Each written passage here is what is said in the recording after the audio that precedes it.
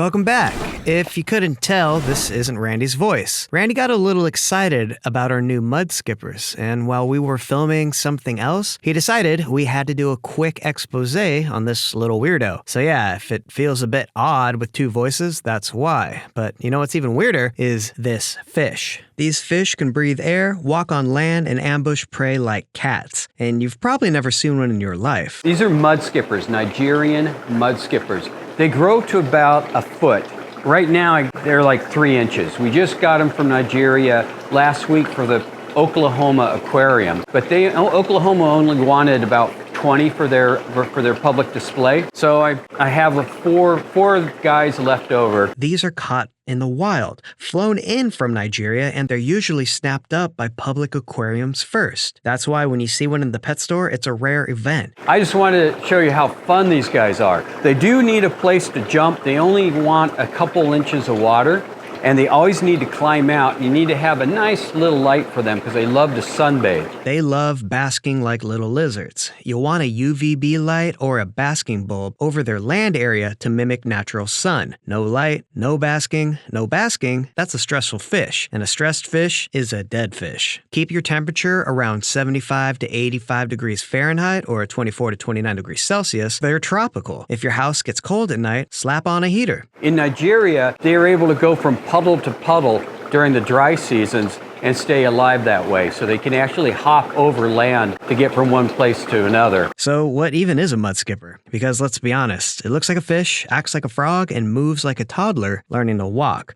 But here's the truth. Mudskippers are amphibious fish, which means they can live both on land and water. They don't just flop around randomly either. Mudskippers are built for this life. Their pectoral fins, they've basically evolved them into tiny limbs, almost like elbows, that let them walk, climb, and even jump across land. And breathing, they've got that handled too. Mudskippers breathe through their gills, sure, but when they're out of water, they actually absorb oxygen through their skin and the lining of their mouth. But here's the catch. Their skin has to stay moist to breathe. That's why you'll see them always hanging around muddy shorelines or shallow pools. And in the wild, they live in tidal zones, areas that flood during high tide and dry out during low tide. When the water recedes, most fish are out of luck, but mudskippers, they just crawl over land to the next puddle. And that's also how they catch their fish. They're like cats on a mouse. They just jump on it.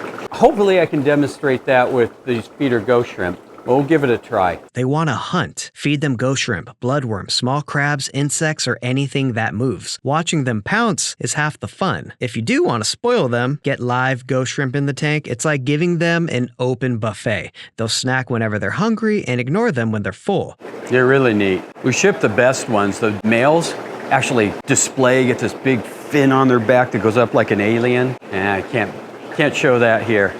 And they'll display against each other. Don't try and keep Nigerian mudskippers with any other kind of mudskippers, though. They'll eat them. They're not friendly roommates. Do not mix them with smaller fish or even other mudskipper species. They will eat anything that fits in their mouth, and they will fight their own kind if their tank is too small. I learned that the hard way on one of my shipments. If you're gonna keep more than one, make sure it's a big tank with plenty of separate land zones. Think multiple territories. No one wants to share their mud patch. You'll want something long and shallow. A 20-gallon long is a good starting point, but bigger is always better. These guys don't swim much. What they really want is real estate. Dry land and shallow water, about 2 to 4 inches deep. Think swampy beach, not fish tank. Use sand or smooth mud as your base, slope it up to form a beach, and add rocks, driftwood, or platforms that they can perch on. They need to climb out of water constantly. If they can't, they'll drown. Yeah, it's a fish that can drown. Welcome to the life of a mudskipper. So, can you keep other fish with a Nigerian mudskipper? The short answer is maybe, but the longer answer is not really. But also yes, if you know what you're doing. So unless your tank mates are fast, tough, and not interested in land, they're gonna end up as lunch. Alright, let's say you want to do it right. A legit mixed species paludarium with Nigerian mudskippers and tank mates that won't get turned into sushi. You start with a 55-gallon paludarium. A long footprint, shallow depth, that gives you enough real estate to split the tank into zones. On the left, you build a raised land area with sand or mud, lots of slope, driftwood, and basking spots. That's where your mudskippers will hang out, claim territory, sunbathe under a UVB lamp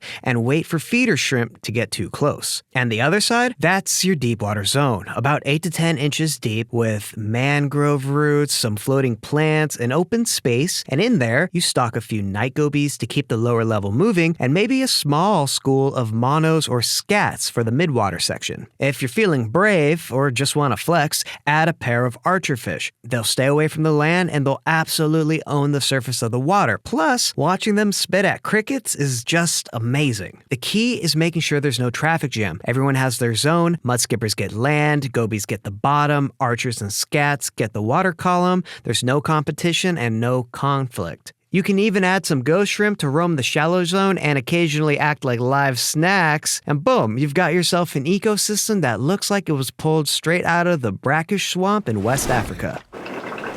Oh, whoa! Did you see that? It worked, Griselda. Yeah? They love ghost shrimp. Yeah, you got one. They're so quick, sometimes you can miss it.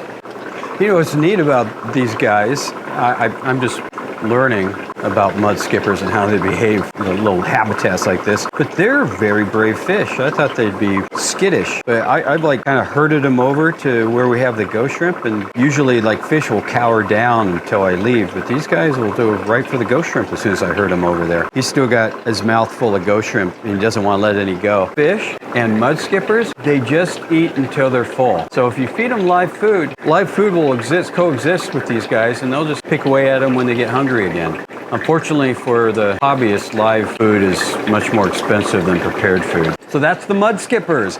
That Nigerian mudskipper specifically, that's a very cool fish. The other fish that you haven't seen in the hobby since COVID is the Vietnamese or Indian mudskipper.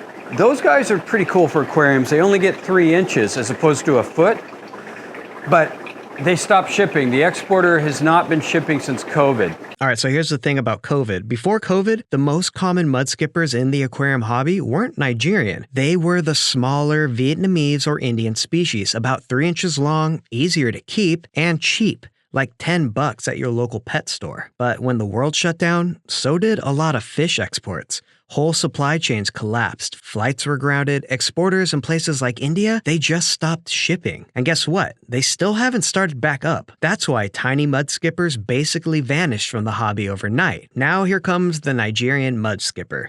This beast has taken its place. It's bigger, more colorful, and has way more personality. Nigerian mudskippers are typically $40 each, maybe $50 in a pet store. Which honestly, for a land-walking, shrimp-hunting, sunbathing alien fish, that's not bad. Indian mudskippers, $10 in a pet store, but skip it because you're not going to see them. A lot more personality, even if it's just implied with their big eyes and hopping around and funny look. They're badass and totally underrated. If you're looking for a fish with more personality than your neighbor's dog, this might be it.